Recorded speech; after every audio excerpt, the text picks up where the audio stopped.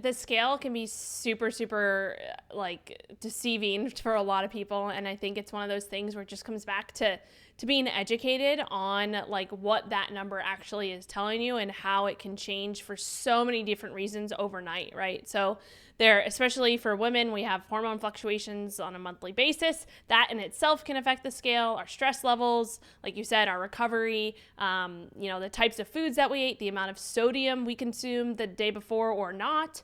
There's so many different factors that play into that scale number. And just like you said, I encourage my clients, if we are using the scale as a metric, we're using it with a lot of other metrics, but we're also not looking at and we're not paying attention to the daily fluctuations. We might be, weighing in every day to get that weekly and bi-weekly average to see those trends over time.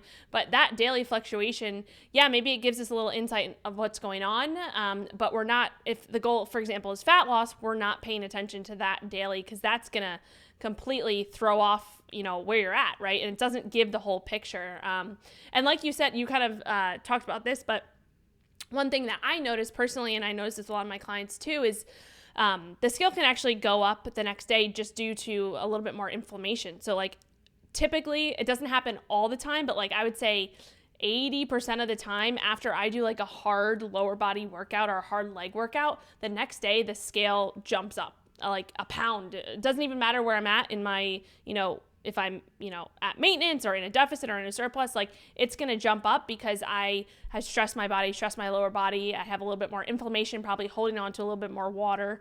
So actually kind of the opposite of what you said. But I think that just says that everybody's so different in the way that they hold on to water or not, the way that they're, it all depends on what they're consuming that day or how they slept, right? If they had absolutely crappy sleep, we know that that can cause cortisol to jump up a little bit, or to be irregular, which can cause you to hold on to some more water in that sense.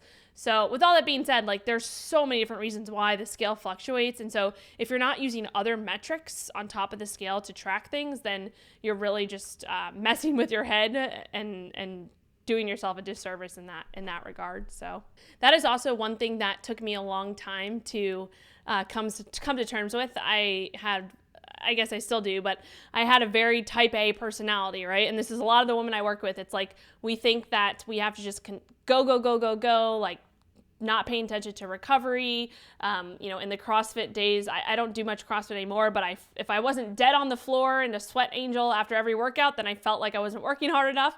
And now I know that that's probably not the best thing to be focusing on, especially if your goal is to change your body composition and, have optimal performance and recover properly, because they all play into that, right?